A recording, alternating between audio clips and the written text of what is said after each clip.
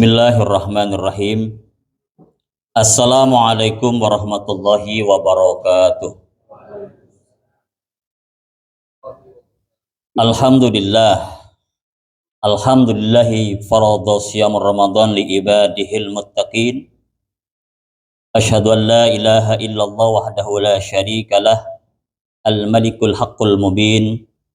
Wa asyhadu anna sayyidana wa nabiyyana Muhammadan abduhu wa rasuluh. Shadiqul wa'dil amin. Asyhadu an la ilaha illallah wahdahu la syarikalah wa la na'budu illa iyyah. Wa asyhadu anna sayyidana wa nabiyyana Muhammadan abduhu wa rasuluhu la nabiyya ba'dah. Allahumma shalli wa sallim wa barik ala sayyidina wa habibina wa syafi'ina wa maulana Muhammad wa ala alihi wa sahbihi man tabi'ahu bi ihsanin ila yaumil qiyamah. Amma ba'd. Yang sama-sama kita hormati Bapak Kepala Dinas, Pak. Dinas ada? Oh, enggak ada ya. Pak Kepala Dinas atau yang mewakili, Bapak Sekretaris barangkali atau Ibu Sekretaris. Kemudian para kabid, masih ada kabid kan Pak? Kalau di sini ya? Kabid kalau kasih sudah nggak ada mungkin ya? Ya sama, di kami juga kasih sudah nggak ada. Yang ada ketua tim sekarang yang dirahmati Allah dan kita semua jamaah sholat zuhur insya Allah dirahmati Allah subhanahu wa ta'ala, amin, Allahumma amin. Hari ini sudah hari keberapa ya Pak puasa?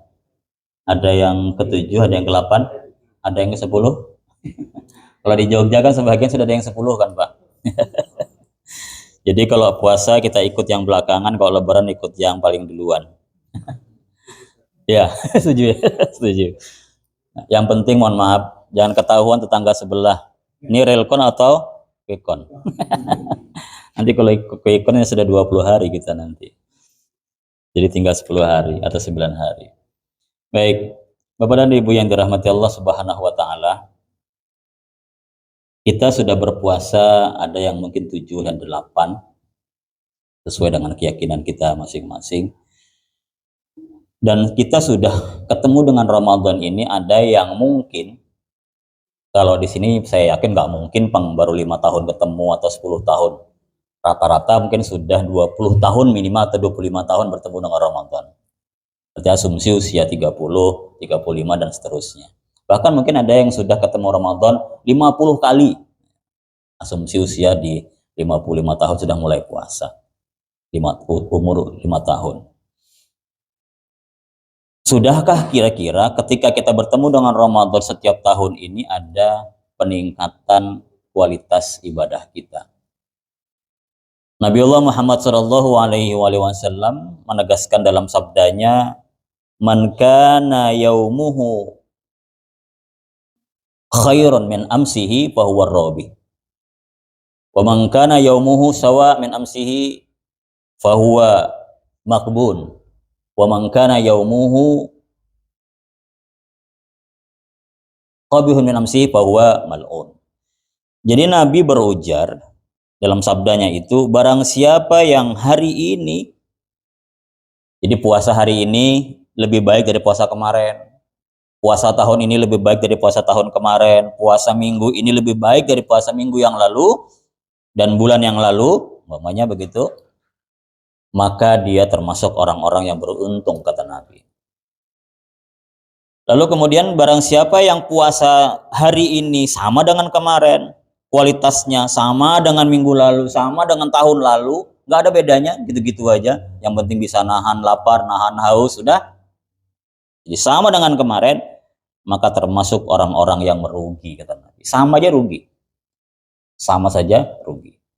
Lalu kemudian kata Nabi, barang siapa yang hari ini justru puasanya lebih tidak baik dari minggu yang lalu, hari yang lalu, bulan yang lalu, tahun yang lalu, maka dia termasuk orang-orang yang celaka, kata Nabi. Jadi kalau kita sudah berusaha semaksimal mungkin melaksanakan ibadah shaum Ramadan ini ditambah dengan qiyamul lail yang lainnya, kita berusaha untuk selalu meningkatkan kualitas ibadah kita. Jadi puasa tahun ini harus lebih baik dari kemarin. Minggu ini lebih baik dari minggu kemarin dan tahun ini lebih baik dari bertahun yang sebelum-sebelumnya. Mudah-mudahan kita termasuk orang-orang yang beruntung. Amin, Allahumma amin. Bapak dan Ibu hadirin yang berbahagia, kami mendapatkan tema menjaga kesehatan fisik dan spiritual. Begitu saya melihat temanya, waduh berat juga ini gitu. Kemarin sore dikirim Pak Haji Rafiq. Karena sebelumnya ketika sebelum Ramadan komunikasi temanya intinya masalah Ramadan. Iya nggak apa-apa. Berusaha untuk profesional walaupun mungkin tidak profesional. Jadi artinya kami tidak akan membawa materi yang lain. Sesuai dengan itu. Sama dengan ketika kami diminta baca doa hari-hari tertentu, kayak hari amal bakti dinas umpamanya kehutanan atau dinas peternakan, PU dan lain-lain. Kami juga berusaha untuk profesional menyesuaikan dengan tema kegiatannya. Karena tidak lucu kalau disuruh baca hari amal bakti, hari lahir, ulang tahun, bacanya doa makan, umpamanya kan. Walaupun memang imbah itu makan-makan juga kan, Pak. Atau doanya doa haul malahan gitu kan, naudzubillah semua naudzubillah. Walaupun sebelumnya kita tetap bersyukur dan keselamatan mengirim doa haul untuk orang-orang yang sudah mendahului kita, para pahlawan kita. Baik Bapak dan Ibu hadirin yang dirahmati Allah Subhanahu wa taala, berangkat dari hadis Nabi Muhammad sallallahu alaihi wasallam, sumu tasihhu kata Nabi. Berpuasalah kalian, niscaya kalian akan sehat. Itu hadis Nabi. Apa sih sebenarnya makna daripada sumu tasihhu itu? Kok bisa ya dikatakan orang yang puasa itu kok bisa sehat?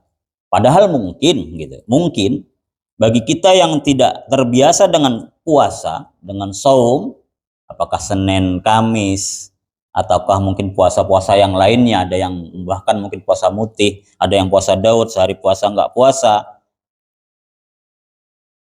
mungkin merasa memang agak sedikit berat ketika melaksanakan puasa. Tapi setelah kita latihan, kemudian seminggu, ini sudah seminggu Pak ya, insya Allah nyaman aja kayaknya gitu, nyaman aja. Kemudian nanti 2 minggu, bahkan begitu berlalu 30 hari atau 29 hari, tak terasa kita sudah melewati saum Ramadan.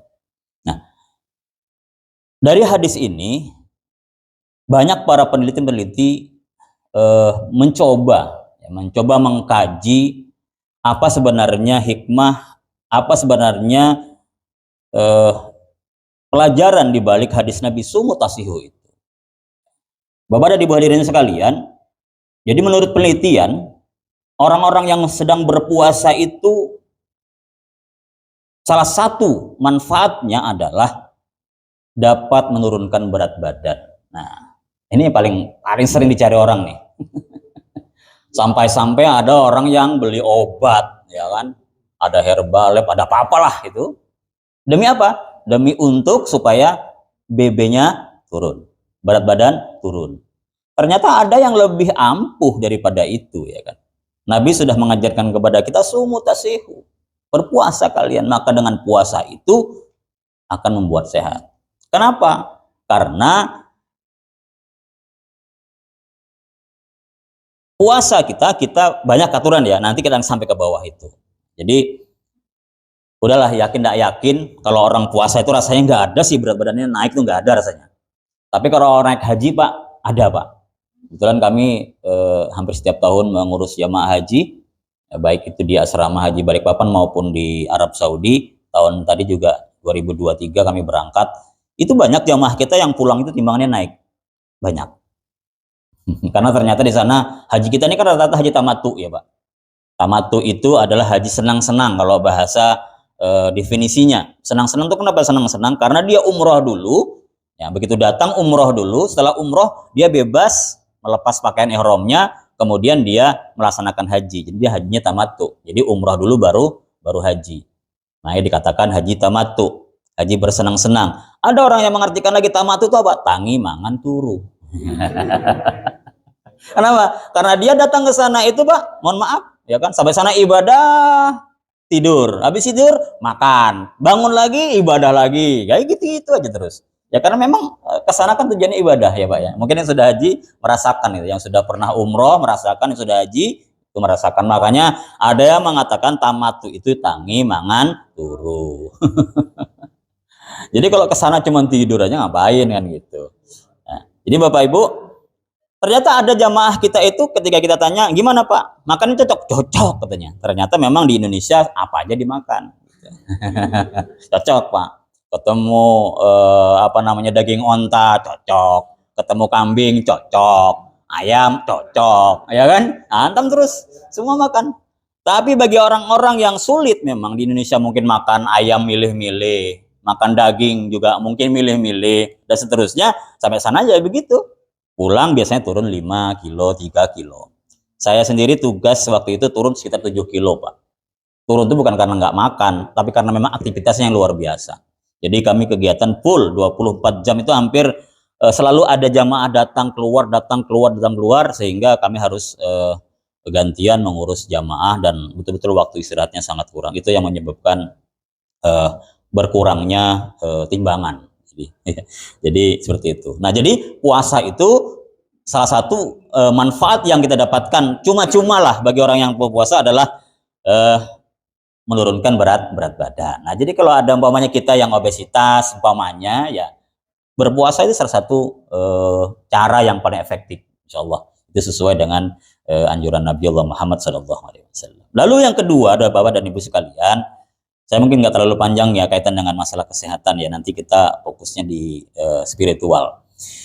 Lalu yang kedua adalah tubuh mendapatkan fase istirahat. Jadi ya kita tahulah kita setahun selama 12 bulan, 11 bulannya nggak puasa rata-rata lah katakan begitu, kecuali yang memang rutin Senin Kamis, itu beda ya. Kalau kita yang tidak biasa Senin Kamis, maka 11 bulan full kita makan minum. 1 bulan selama Ramadan badan kita diistirahatkan, usus kita diistirahatkan dalam jangka waktu kurang lebih 12 jam. Dan diistirahatkan inilah usus kita kembali, dia merefresh, ya kembali menormalkan, sehingga nanti pasca Ramadan itu lebih baik dan lebih sehat harapannya. Tapi kalau nanti habis Ramadan kita balas dendam, makan ketupat, makan cincau, makan ini dan itu, habis-habisan bawahnya, wah ini kemarin sehari tidak bisa, ini hari ini balas dendam, nah itu kembali lagi tuh nanti penyakitnya.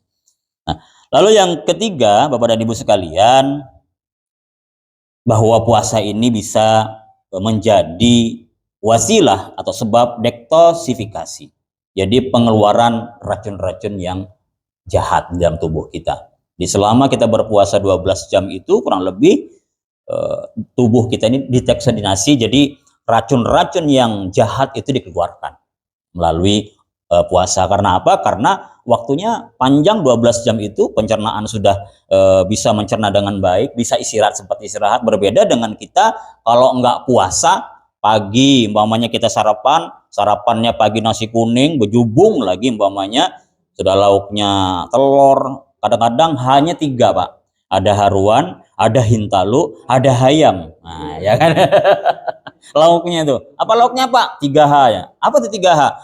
Hintalu, haruan, hayam. Nah, tambah lagi yang keempat, hitik. Bapaknya. Nah, atau haging ya Pak ya.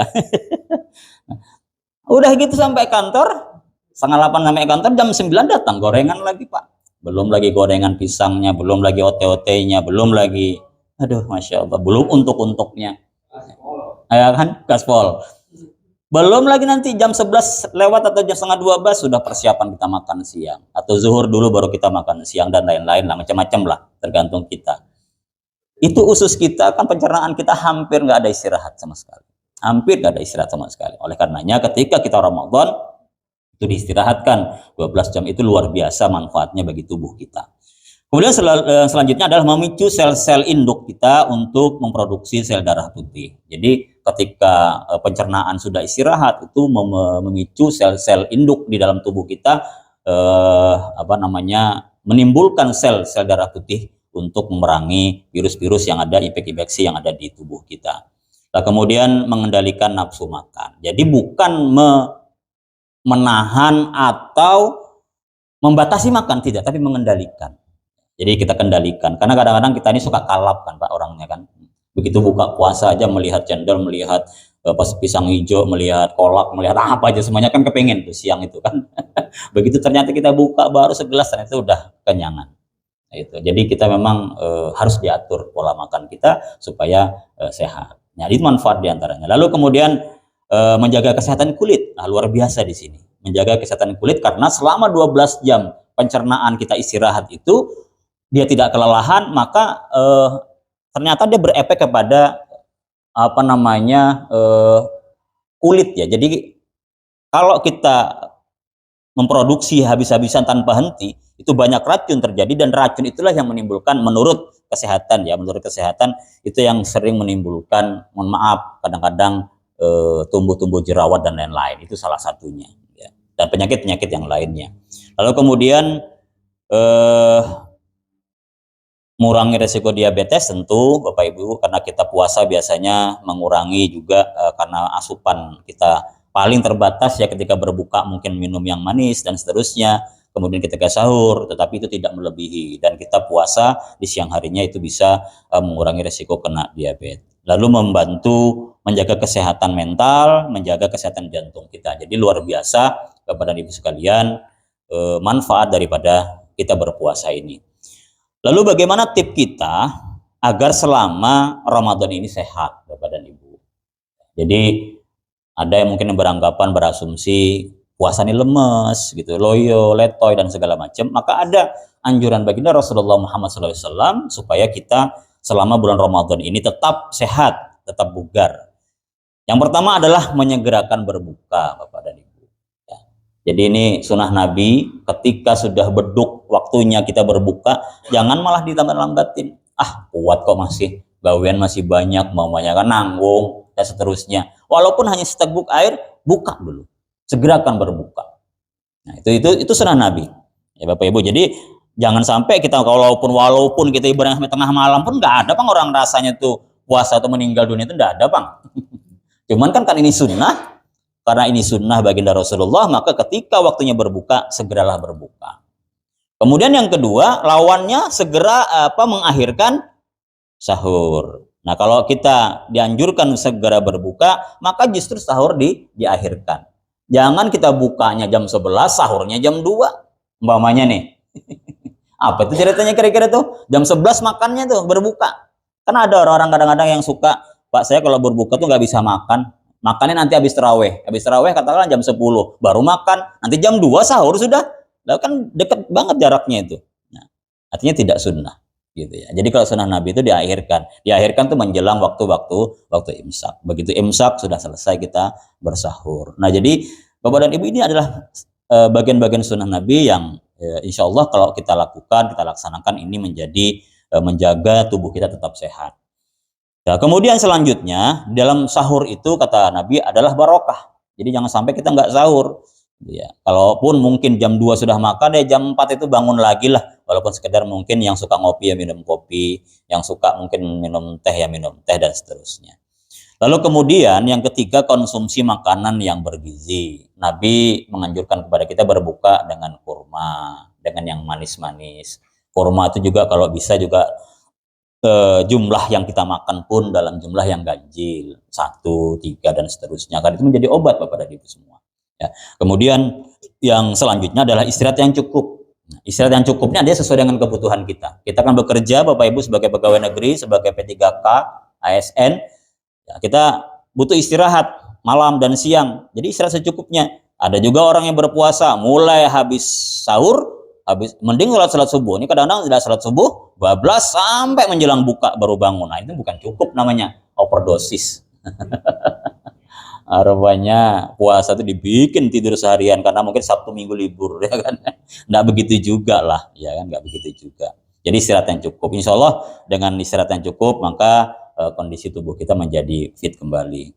Lalu kemudian yang selanjutnya, yang kelima adalah menjaga konsumsi saat berbuka dan sahur. Nah, Bapak Ibu semua, kita kadang-kadang melihat ketika panas kayak gini, apalagi Samarinda ini kan hampir semingguan ini nggak ada hujan lebat ya. Kalau di Jakarta 4 hari berturut-turut yang lalu, kebetulan kami pulang kemarin sore, itu hujan terus setiap hari ya Pak, hampir tiap hari hujan. Jadi kondisinya dingin. Nah di tempat kita ini begitu saya turun, panasnya Samarinda ini masih kayak gini terus gak ada hujan. Melihat es kepingin, melihat cincau kepingin, melihat cendol kepingin, apa aja semuanya dia pengenin, ya kan? Padahal tubuh kita tidak mampu.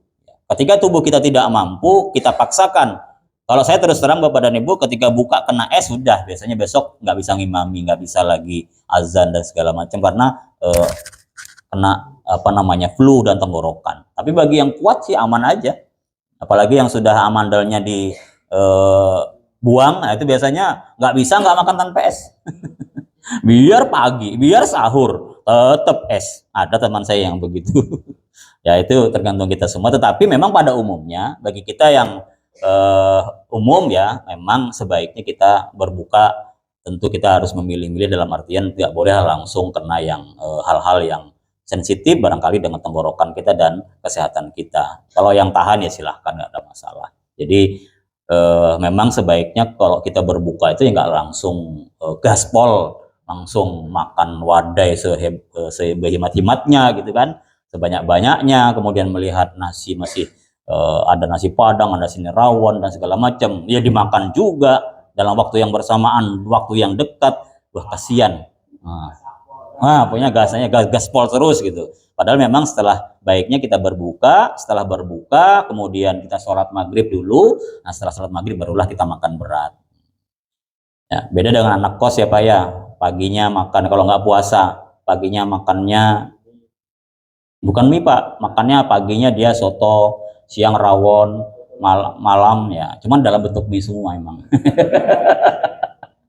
Iya, kan saya juga pernah kos dulu Pak, pernah jadi anak-anak kos juga. Jadi begitu. Paginya rasa rasa soto ya Pak ya, siangnya rasa bakso, malamnya rasa kari. Semua ternyata dalam bentuk mie. Baik. Lalu Bapak dan Ibu semua, untuk menjaga tetap sehat kita selama Ramadan ini, kita juga tetap dianjurkan olahraga Bapak Ibu, walaupun memang olahraganya tidak seberat ketika kita apa namanya di bulan-bulan yang lainnya. Ya mungkin olahraganya sekedar jogging, jalan-jalan, kemudian ke pasar Ramadan ya, keliling-keliling, ngecek toko dari toko, ya kemudian sampai melontar jemarat gitu kan. Nah, ada uang-uang receh dilontar di situ. Makanya kalau jamaah haji itu biasanya saya sering sampaikan, Bapak tawaf dari mana Pak? Sudah Pak. Dari tawaf hotel ke hotel, dari toko ke toko gitu. Sudah melontar jamarat? Sudah Pak, 1 kresek, 2 kresek hasil melontar jamarahnya. Jadi melontar jamarah itu belanja Bapak dan Ibu semua. Jadi kita analogikan seperti itu. Baik, Bapak dan Ibu hadirin sekalian yang dirahmati Allah Subhanahu wa taala, itu kaitan dengan kesehatan, puasa terhadap kesehatan kita. Nah, kemudian amanah yang kedua itu adalah kaitan dengan batiniyah kita, rohani kita. Ada istilah muhasabah atau tazkiyatun nafs. Jadi menghitung diri. Ya, tadi saya sudah sampaikan di awal, sudah berapa lama kita ketemu Ramadan, sudah berapa tahun kita berpuasa, adakah peningkatan ibadah kita. Nah, Bapak dan Ibu hadirin sekalian, roh kita ini, batiniyah kita ini, kalau bisa dianalogkan, dicontohkan, itu ibarat tanah, ya Bapak Ibu ya, ibarat tanah itu, kalau tanah itu tidak pernah kita rawat, tidak pernah kita siram, maka dia akan menjadi tanah yang tandus. Jadi tanah tandus, ditanami apa aja nggak tumbuh. Jadi tanah tandus tidak menghasilkan apa-apa. Nah, begitu juga dengan roh kita, dengan batiniyah kita. Kalau tidak pernah kita datang pengajian kayak gini, majelis taklim, walaupun mungkin seminggu sekali, setiap Jumat sekali, gitu kan. Kalau ada sholat subuh ada kita datangi dan segala macam, maka batin kita akan menjadi gersang, batin kita akan menjadi tandus. Roh kita akan menjadi gersang, roh kita akan menjadi tandus. Oleh karenanya, ketika alhamdulillah kalau di kantor kita ini ada majelis seperti ini, mudah-mudahan ini menjadi salah satu fasilitas atau wasilah untuk kita selalu menyirami hati kita, roh kita, batiniyah kita, sehingga selalu menimbulkan hal-hal yang positif. Bapak dan Ibu hadirin sekalian, menurut banyak ulama yang berpendapat bahwa penyakit primer dan sekunder kita banyak menjangkiti atau dia bisa mengidap ke seseorang, itu bahkan ada sampai 70 penyakit, Bapak dan Ibu. 70 penyakitnya penyakit hati. Nah, pada kesempatan ini insya Allah kami nggak akan 70 ini diangkat Pak. Kalau 70 ini bisa sejam lebih nih. Ini sudah 15 menit barangkali ya, baru pengantar. Nah, yang pertama Bapak dan Ibu diantaranya nih, kami akan mengangkat sedikit saja, mungkin 5 saja lah, tidak sebanyak banyak. Yang pertama penyakit yang sangat berbahaya itu Bapak dan Ibu hadirin sekalian adalah penyakit hasad. Hasad itu adalah iri, dengki. Nah, ini penyakit paling bahaya ini Bapak Ibu. Penyakit hasad, iri, dengki ini tidak terjadi kita di kalangan masyarakat saja. Bahkan di rumahnya bisa terjadi. Kita punya anak umpamanya, atau punya saudara, 3 orang, ada yang 5 orang. Itu banyak terjadi, saudara tuh nggak akur. Adakah Pak di sana-sana? Di sana-sana Bang lah, kok di sini nggak ada. Itu saudara tuh nggak akur. Saudara tua nggak akur dengan adik yang paling bungsu umpamanya, yang tengah-tengah nggak akur. Mungkin faktornya banyak. Yang pertama bisa jadi orang tua memang membeda-bedakan. Yang ketiga bisa jadi karena faktor ekonominya yang beda-beda. Oh, yang satu nyaman, ya kan? Yang paling bontot malah enak hidupnya. Oh, karena yang tua merasa ini kan kalau enggak kakak ini nyokolahkan kamu, kalau enggak. Nah, hal-hal yang begini-begini ini, iri hati, dengki ini luar biasa Bapak. Termasuk di kantor Pak.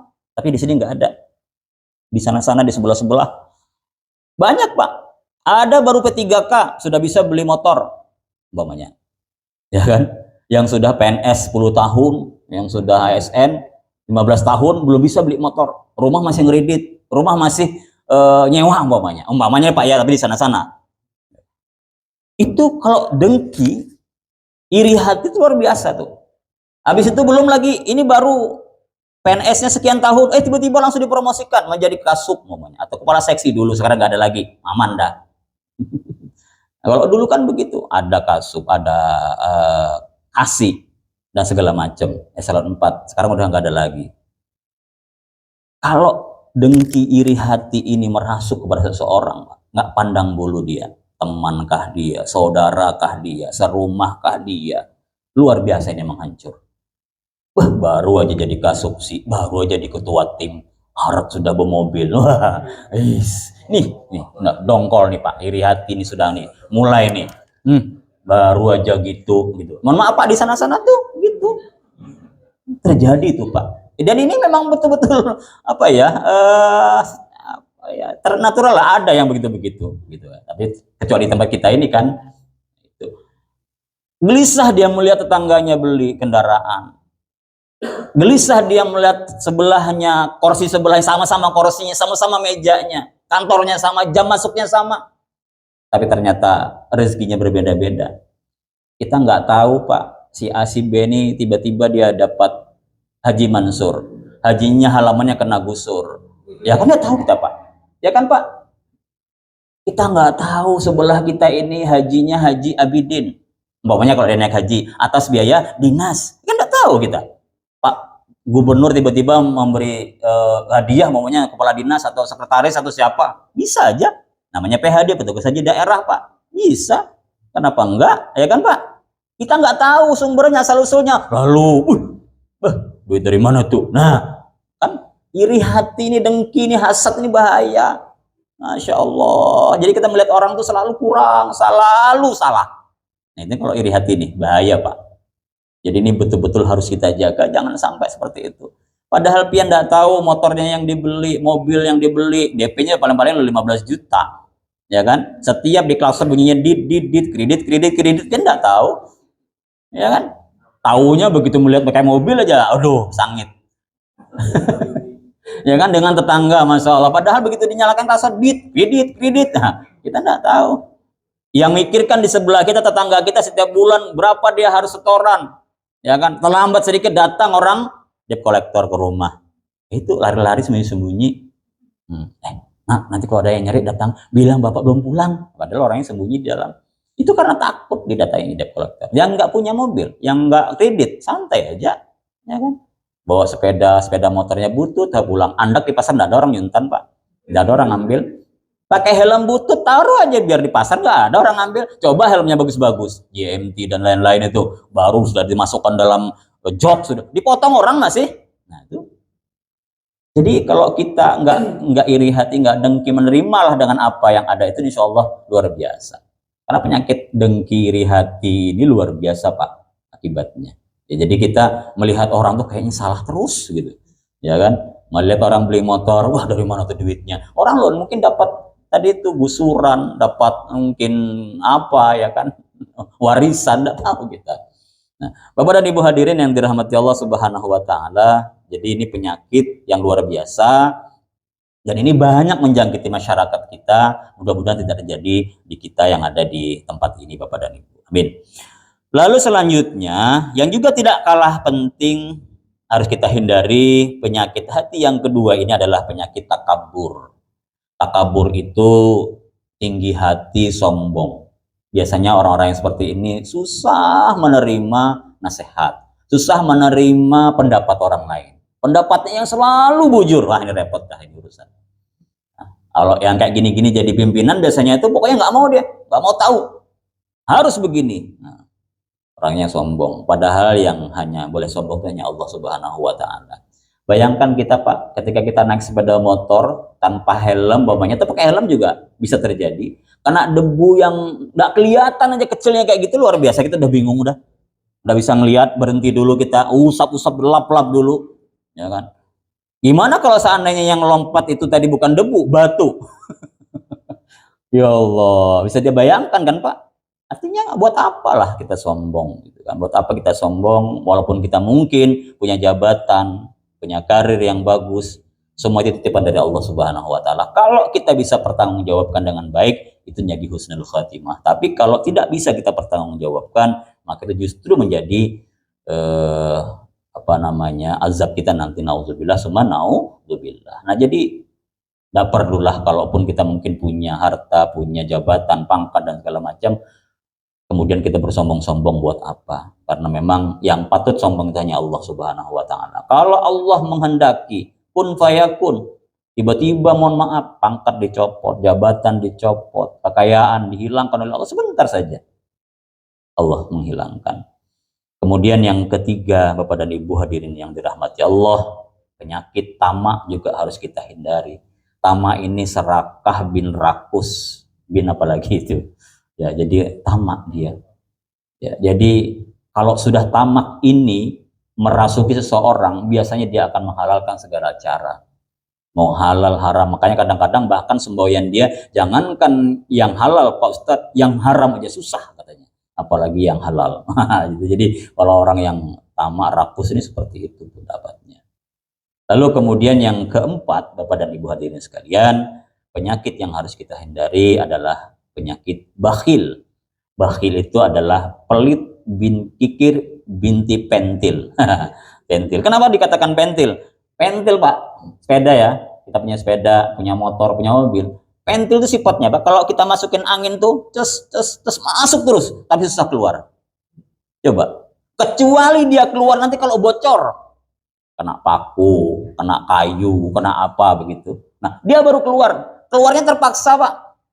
Ya kan? Kalau kita punya rezeki, kita punya anugerah oleh Allah, barokah diberikan rezeki melimpah, kemudian tidak mengeluarkan sama sekali, bakhil kita, tiba-tiba mohon maaf ada yang penyakit, langsung amruk dan segala macam. Karena itu saking kikirnya. Padahal infak sedekah yang kita keluarkan itu sebagai obat, penolak bala. Penolak bala, penyakit dan segala macamnya. Jadi kalau ada orang bakhil itu, kami dulu waktu kami masih suka jaga malam apa gitu kan, ada orang yang dia nggak mau jaga tapi dia juga nggak mau beri kontribusi. Wah ini kayak pentil gitu. Dia gelari pentil. Jadi bisa masuk tapi nggak bisa keluar. Angin tuh masuk terus tapi nggak bisa keluar. Jadi rezeki itu masuk terus. Wah luar biasa. Rezekinya melimpah ruah tapi nggak ada yang keluar sama sekali. Nah, yang begini-begini ini fantasi rusak kata Nabi. Jadi tunggulah saatnya. Kalau orang yang bakhil, pelit kikir, padahal diberikan oleh Allah berlimpah rezeki tapi dia tidak mau berbagi, nah, biasanya yang seperti itu ditunggu azab Allah, nauzubillah summa nauzubillah. Lalu Bapak dan Ibu sekalian, selanjutnya adalah yang kelima, zalim. Penyakit zalim ini penyakit yang suka menyakiti orang lain maupun diri sendiri. Nah, ini penyakit yang juga tidak baik. Ya, kalau yang pertama tadi adalah hasad, iri hati, dengki, itu yang terjadi. Kalau sekarang memang nggak ada SMS, tetapi SMS itu masih berlaku di mana-mana. SMS itu adalah senang melihat orang susah, susah melihat orang senang. Gitu. Kalau masih ada orang yang begitu tuh, nah berarti dia termasuk orang-orang yang hasad, iri, hati dengki. Kemudian yang kedua tadi takabur, kemudian yang ketiga adalah tamak, kemudian yang keempat adalah dia bakhil alias pentil tadi itu ya Pak. Jadi kalau ada yang bakhil-bakhil, lari dia pentil. Dan kemudian yang kelima zalim. Zalim itu bisa terhadap dirinya sendiri maupun terhadap orang lain. Jadi kalau dia nggak, ada orang yang mungkin begitu ya, kalau nggak menyakiti orang lain itu rasanya nggak puas hatinya dan seterusnya. Nauzubillah semua, nauzubillah. Ini diantara saja Bapak dan Ibu penyakit hati yang kita hindari, sehingga mudah-mudahan dengan hikmah Ramadan di tahun 1445 Hijriah 2024 ini semakin baik Ramadan kita, semakin baik ibadah-ibadah lainnya yang kita lakukan, sehingga kita termasuk orang-orang yang beruntung kata Nabi, karena kita berupaya memperbaiki ibadah kita lebih baik daripada tahun-tahun sebelumnya. Mungkin itu saja dulu yang dapat kami sampaikan dalam kesempatan ini. Kalau mungkin ada yang mau didiskusikan, silahkan, akan kami jawab kalau itu mampu dijawab saat ini. Kalau mungkin tidak mampu dijawab saat ini, mungkin menjadi PR kami nanti. Demikian Bapak dan Ibu, mohon ampun dan maaf. Billahi taufiq wal hidayah. Wassalamualaikum warahmatullahi wabarakatuh.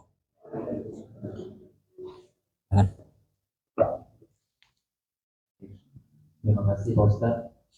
Selanjutnya kita masuk ke diskusi atau sesi tanya jawab. Apakah ada yang ingin bertanya? Silakan. Boleh ini Pak Ustadz ya? Walaupun di luar dari materi boleh bertanya Pak Ustadz ya? Silakan, selama saya bisa selalu saya jawab. Silakan Bapak Ibu.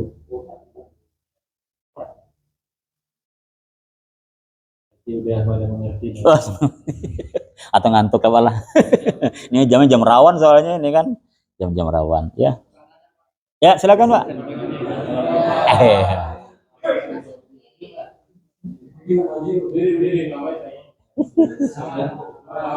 Silakan Pak.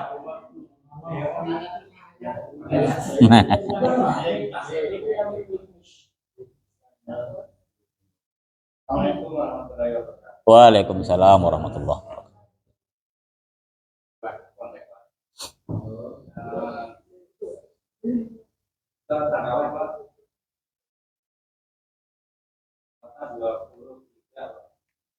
Di 8 rakaat keluar dari masjid.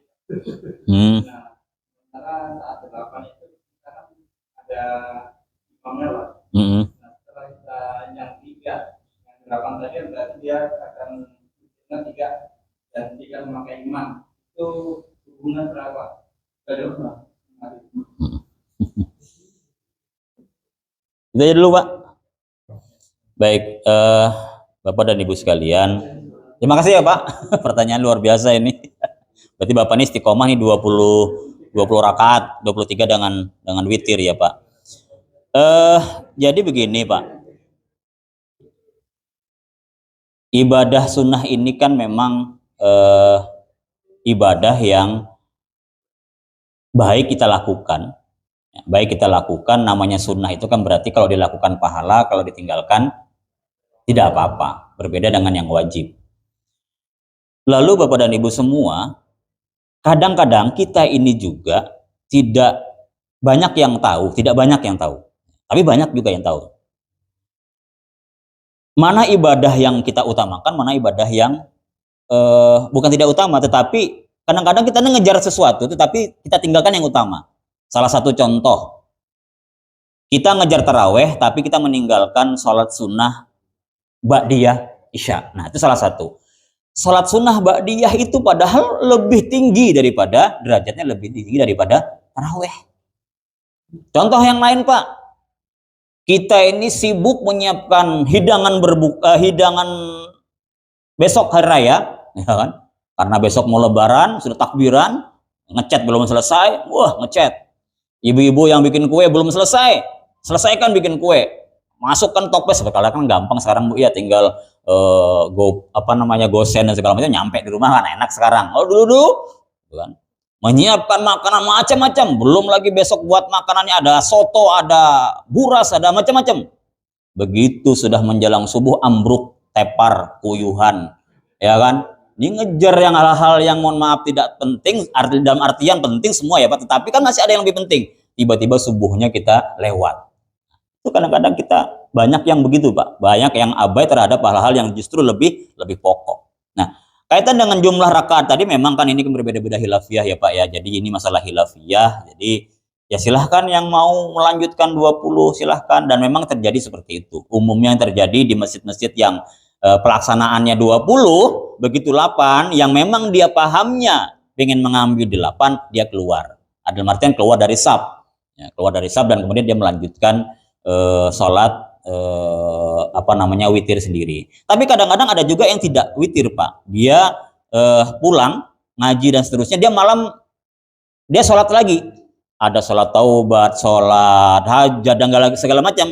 Nah, baru dia nanti ditutup dengan witir. Kenapa? Pendapatnya dia adalah pendapatnya yang dia pahami. Kalau sudah witir tadi itu nggak boleh lagi dia sholat sunat. Gitu. Jadi begitu Pak. Ada yang begitu. Jadi bagaimana hukumnya? Boleh-boleh saja, ya boleh-boleh saja. Yang tidak boleh itu nggak ke masjid, ya kan, nggak sholat. Habis itu ngeliat orang sholat, sok-sokan ini, sudah nggak ke masjid, lihat tangannya ke masjid, wah, ngomong begitu. Nah jadi secara hukum dikatakan dia dikatakan dia mungkin haram atau itu nggak dalam kategori itu. Tetapi memang kalau secara etika ibadah ya Pak ya, secara etika ibadah, ya kalau kita ikut yang 20 ya tuntaskanlah 20.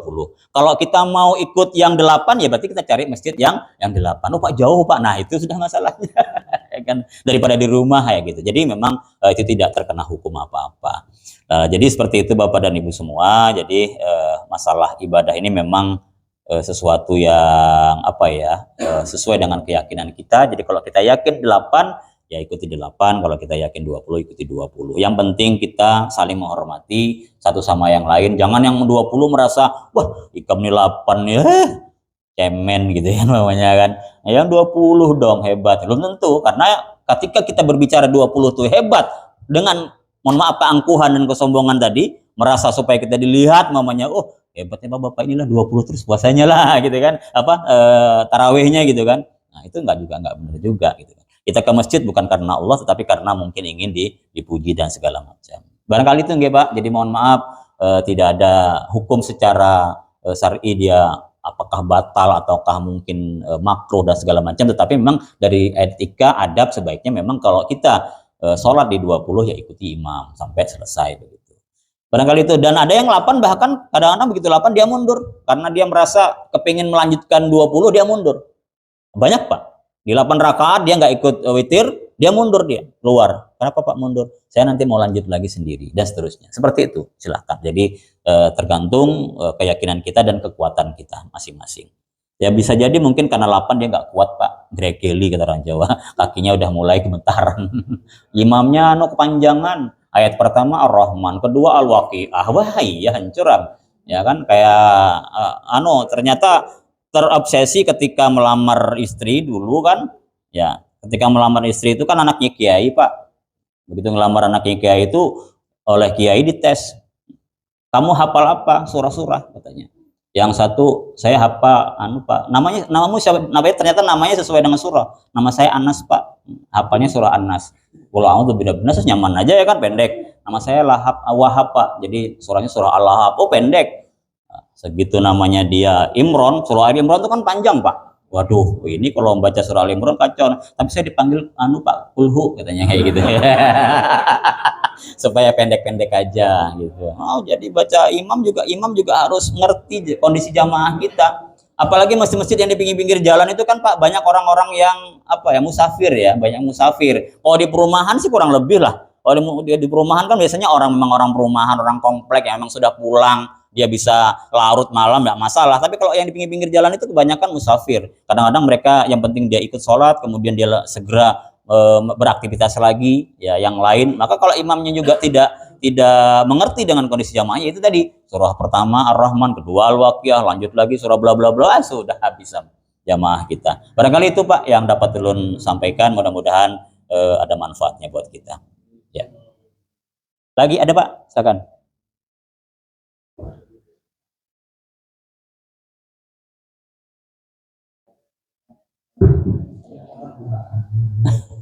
Nanti dia, Pak Ropik. Assalamualaikum warahmatullahi wabarakatuh. Waalaikumsalam warahmatullah.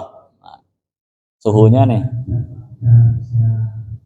Ramadan ini bisa mengisi di sekolah bapak-bapak dan memang setiap tahun dia mengadakan proses dengan tema yang memang update lah. Tadi di awal menyampaikan tentang kesehatan, terus kemudian di akhir menyampaikan tentang penyakit hati. Jadi kadang-kadang ada menghubungkan beberapa ahli psikolog dan ahli kesehatan ini juga menghubungkan antara kesehatan dengan kondisi hati atau kesehatan dengan kondisi psikologisnya. Kalau tubuhnya sehat, psikologisnya sehat, berpengaruh terhadap kesehatan. Bolak-balik begitu. Demikian juga psikologinya sehat, tapi badannya sehat, psikologisnya juga nanti berpengaruh. Nah ini tadi ada 70 penyakit hati ini saya kira juga bisa jadi berdampak pada secara fisik itu tadi. Jadi mohon bisa kami bicarakan terkait dengan bagaimana sih contoh dari profesor kita tentang dua hal ini, penyakit yang saling terhubung ini antara penyakit fisik dengan penyakit mental, supaya kita nggak bisa jadi dua penyakit itu. Nah kalau penyakit mentalnya ini tidak baik, nanti di itu kan ada ini gara-gara penyakit kanker gitu, gara-gara sakit hati sama seseorang. Nah itu ketika ada pengobatan jadi gimana? Nah, itu juga sebaliknya. Kalau sakit sedikit saja misalkan karyawan atau jangan-jangan nanti tanda-tanda penyakit saya parah, sehingga psikisnya sudah berjalan begitu. Ini pengajaran. Terima kasih. Assalamualaikum warahmatullahi wabarakatuh. Waalaikumsalam warahmatullahi wabarakatuh. Ini pertanyaannya luar biasa nih Pak Haji Rafiq ini. Jadi Bapak dan Ibu hadirin sekalian, memang dari tema itu kan menjaga kesehatan fisik dan spiritual. Spiritual itu walaupun kelihatannya abstrak Bapak dan Ibu semua, kayak penyakit contoh tadi penyakit hati yang diantaranya yang saya bilang berbahaya tadi adalah kayak iri hati dengki, ya, iri hati dengki itu kelihatannya abstrak walaupun nggak ada dalam bayangan nggak ada di dalam penyakit kalau dicari ke dokter kan nggak ada, tetapi itu akibatnya sangat luar biasa, banyak mengakibatkan kepada penyakit fisik. Kalau kita kayak tadi salah satunya maunya kita suka iri dengan tetangga kita, iri dengan teman kita dan segala macam, itu akan hormon-hormon penyakitnya itu kan akan terus menggerogoti dia dan akhirnya menjadi ada yang sakit jantung, ada yang stroke dan macam-macam. Ya karena apa? Pola pikirnya ini selalu tidak baik. Dia itu selalu menganggap orang semuanya nggak benar gitu, nggak benar. Semua orang nggak ada yang bujurnya gitu. Makanya saya juga kadang-kadang kalau ini canda kalau ini. Saya pernah disebut oleh seseorang teman saya juga, Ustadz juga, katanya gini, Pak Haji Kabul itu kalau baca Al-Fatihah nggak ada bujurnya katanya gitu. Jadi teman saya yang sebelah, masa katanya nggak ada bujurnya? Iya nggak ada bujurnya. Coba dengarkan kalau dia baca Al-Fatihah. Bismillahirrahmanirrahim, bujur, nggak ada memang. Alhamdulillahirrabbilalamin, bujur, itu nggak ada. Jadi ternyata dia bercanda. Jadi Bapak dan Ibu semua, kalau kita senang memikirkan hal-hal yang mohon maaf yang tidak baik, maka juga memang Innallah fi Allah itu sesuai dengan prasangka hambanya. Gitu. Jadi kalau kita beranggapan si A si B itu nggak baik terus itu, maka yang terpatri dalam pikiran kita tuh ya nggak baik. Gitu. Tapi kalau kita husnuzon dengan orang husnuzon baik, mudah-mudahan rezekinya bertambah, mungkin dia tadi itu dapat gusuran, dapat warisan, dapat ini, kan nggak ada yang sakit. Kita nggak sakit-sakit mikirkan orang nggak tersakit juga, terzalimi gara-gara kita kan gitu. Makanya kata Nabi, zolim itu tadi ya, mungkin diantaranya itu masuk ke dalam kategori zolim itu, atadrunal muflis kata Nabi. Tahukah engkau orang-orang yang failit, orang-orang yang rugi, yang bangkrut? Siapa kata para sahabat? Ya Nabi, ya Nabi bertanya kepada sahabat ada yang menjawab orang yang bangkrut itu ya orang dagang rugi, orang bercocok tanam nggak panen-panen, nah gitu. Orang kerja tapi nggak dikasih gaji, itulah orang-orang yang bangkrut. Tapi kata Nabi bukan itu. Orang yang failit, orang yang bangkrut itu adalah orang-orang yang ketika nanti dia menghadap Allah Subhanahu wa taala, meninggal dunia kita menghadap Allah, membawa semua amal kita, ada yang sudah sholat, kemudian puasa, zakat, haji, lengkap dia. Ternyata dia juga membawa dosa akibat menzalimi orang lain. Menzalimi orang lain. Ketika kita menzalimi orang lain itu pahala dosa-dosa kita nih saking banyaknya menzalimi orang lain, ya. Kemudian nggak ada lagi sudah pahala kita, habis sudah untuk membayar kezaliman kita tuh, dan justru nanti zolimnya orang yang kita zolimi itu dosa-dosanya diserahkan kepada kita. Nauzubillah sama nauzubillah. Jadi itu failit. Jadi makanya kita berpikirlah, berusaha supaya antara fisik dan batin rohaniyah kita ini bisa jalan satu arah. Itu kita berupayalah husnuzon kepada sesama kita, husnuzon kepada Allah Subhanahu wa taala, karena sesungguhnya Allah itu sesuai dengan prasangka hambanya. Kalau kita berprasangka dengan doa kita itu, ya Allah kabulkan doa kami, insya Allah kalau kabulkan. Tapi kalau kita nggak yakin, kita berprasangka kepada Allah, kira-kira dikabulkan nggak ya? Kira-kira dikabulkan. Kalau kayak gitu terus ragu-ragu terus ya nggak bakal dikabulkan. Gitu. Jadi menyikapi supaya hati dan fisik kita, rohani dan fisik kita supaya satu arah. Ya karena memang banyak orang sakit itu disebabkan karena kata itu. Justru kayak yang tidak kelihatan, penyakit-penyakit yang tidak kelihatan, karena itu diperdalam semakin kronis, justru menimbulkan penyakit-penyakit yang kayak tadi salah satu contoh beliau, kok hatinya kok hitam dan segala macam, karena ternyata itu dia selalu memandang orang selalu salah, memandang orang rendah, memandang orang tidak ada benarnya dan segala macam. Ternyata setelah dikaji itu hatinya menjadi hitam dan segala macam. Nah oleh karenanya Bapak dan Ibu semua, walaupun mungkin ini tidak sempurna apa yang kami sampaikan, kita berupaya memperbaiki hati kita, ya, dengan kita selalu berhusnuzon, dengan berbaik sangka kepada sesama manusia, makhluk Allah Subhanahu wa taala, karena sesungguhnya kita ini punya kelebihan masing-masing, punya kekurangan juga, yang ketika Allah buka kekurangan kita luar biasa banyaknya kekurangan kita, tetapi kita jangan mencari kekurangan itu, baiknya yang kita lihat, sehingga kita melihat orang itu semuanya baik. Tapi kalau yang kita lihat tidak baiknya, maka tidak baik. Dan sesungguhnya Allah sesuai dengan prasangka hambanya. Barangkali itu yang dapat ulun sampaikan, mudah-mudahan ada manfaatnya. Baik, lihadih niyah wa ala kulli niyatin sholihah. Al-Fatihah. A'udzubillahi minasyaitonir rajim. Bismillahirrahmanirrahim. Alhamdulillahirabbil alamin. Arrahmanirrahim. Maliki yaumiddin. Iyyaka na'budu wa iyyaka nasta'in. Shiratal mustaqim. Shiratal ladzina an'amta 'alaihim ghairil maghdubi 'alaihim waladdallin. Amin. Amin. Bismillahirrahmanirrahim. Alhamdulillahirabbil alamin. Allahumma shalli wa sallim ala sayyidina Muhammad fil awwali wal akhirin.